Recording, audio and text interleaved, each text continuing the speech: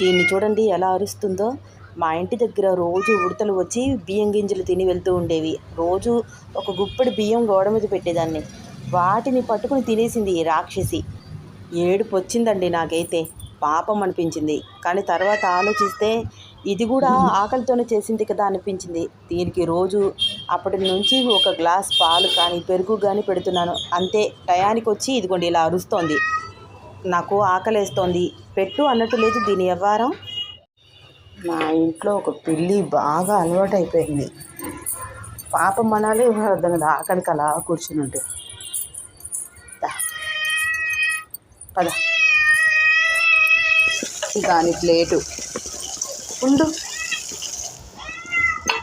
దా, ఇది ఎంత గోల చేసిందో ఆకలికి మ్యావ్ మ్యావ్ అనుకుంటూ.